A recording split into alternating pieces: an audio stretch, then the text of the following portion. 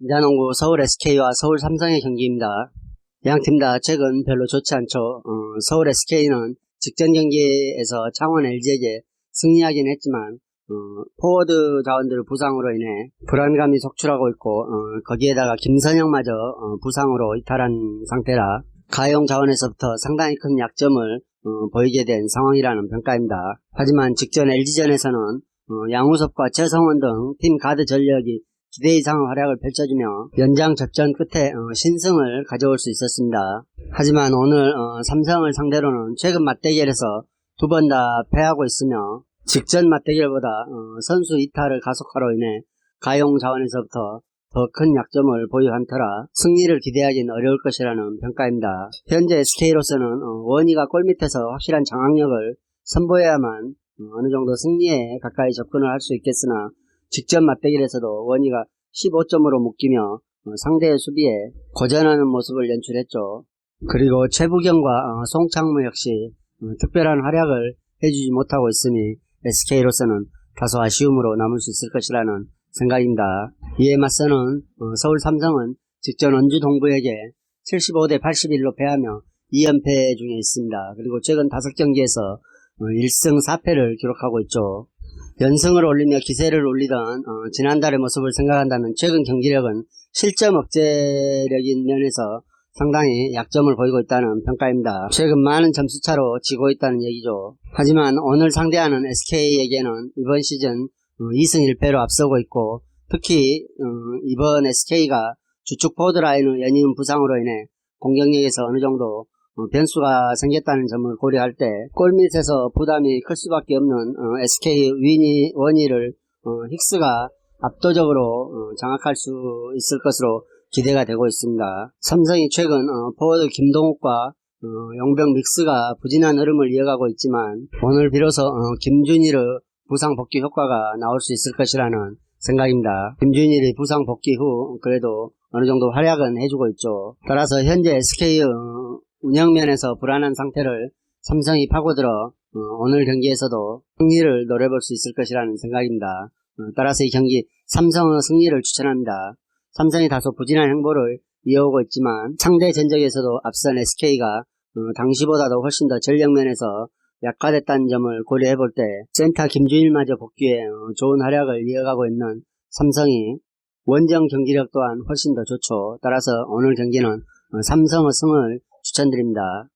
세리에 리그 15위 스페치아와 리그 11위 삼프도리아 가는 경기입니다. 승격팀 스페치아가 직전 경기에서 직전 원정에서 나폴리를 2대1로 잡아내며 이변을 연출했죠. 이로써 리그 8경기 만에 승리를 맛보았습니다. 삼프도리아 역시 직전 경기에서 인테르를 2대1로 홈에서 잡아내며 2연패를 벗어나는 이변을 연출했죠. 하지만 승격팀인 만큼 전력 열세 극복에 어려움을 겪고 있습니다. 그리고 직전 원정에서 나폴리를 잡아내고 3연패를 끊었지만 이번 시즌 8번의 리그 홈 경기에서 아직 승리를 챙기지 못하고 있죠. 또 빈곤한 득점력을 홈 경기에서 선보임으로써 오늘 연승에 도전하려고 하겠지만 다양한 불안은 쉽게 사라지지 않을 것으로 보입니다.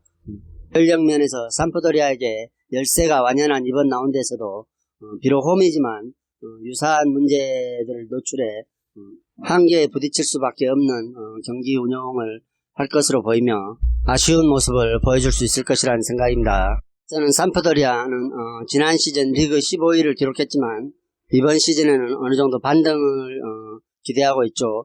특히 직전 경기에서 인테르를 상대로 2대1로 승리하며 이변을 완성해 오늘 경기에서도 연승을 이어가려 하는 의지가 강할 것이라는 생각입니다. 다만 이번 시즌 경기력이 기복이 큰 편이죠. 주축 선수들은 노령화와 세대 교체를 매끄럽게 해내지 못해 유망 자원들이 더딘 성장을 하고 있어 이 또한 기복 있는 플레이의 본질적인 문제점이라는 평가입니다. 다만 이번 시즌에 새롭게 합류한 자원들의 경쟁력이 차츰 올라오고 있고 경기력 면에서 안정감을 회복하고 있어 다소 긍정적인 요인으로 작용하고 있다는 생각입니다. 반면 삼프도리아가 수비진 집중력 저하 문제로 특히 후반에 실점 빈도가 높은 점은 매우 아쉬운 대목이죠.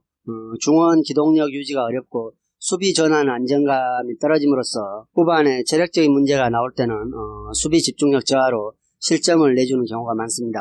최근 강팀을 상대로 두 팀 다 승리를 맛봤기 때문에 두 팀 다 연승에 도전하고자 하는 동기부여는 있겠으나 아무래도 스페치아가 홈에서 전력 열세 극복을 위해 소극적인 운영을 시도하며 역습 전개를 노릴 것이라는 생각이며 압박 완성의 저하와 수비진 전반에 걸친 집중력 저하로 인해 삼프도리아에게 어느 정도 위기를 내줄 수 있을 것이라는 생각입니다. 삼프도리아가 측면에서 효과적인 활용과 득점 지원을 통해 충분히 득점을 할 수 있을 것이라는 생각이며 삼프도리아 수비 역시 최근 후반 실점 빈도가 높기 때문에 이 경기는 2.5점 기준점 오버가 가장 안정적인 흐름이지 않을까 하는 생각입니다. 따라서 이 경기에는 오버를 추천드리겠습니다. 리가 최하위 팀 SD 우에스카와 17위에 랭크되어 있는 레알 베티스 경기입니다. 베티스는 우선 완전히 부상병동이죠. 주축 선수가 대거 부상으로 빠져 있습니다.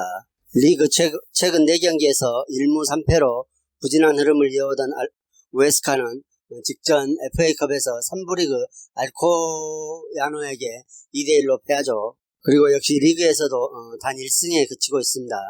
알라베스에게 1승을 하고 있죠. 그러나 최근 내용 면에서는 바르셀로나와 셀타비고에게 1점 차로 패배하고 레반테와 무승부를 겨루는 등 어느 정도 버티는 힘은 좋은 평가를 받고 있다는 생각입니다. 하지만 역시 우에스카 문제점은 낮은 득점력이죠. 그리고 홈에서는 오히려 더 그 수치가 떨어진다는 게 좋지 않은 현상입니다. 그렇다고 해서 스쿼드와 전술 변화를 가져오기 어렵다는 게 우에스카의 단점이라는 생각입니다.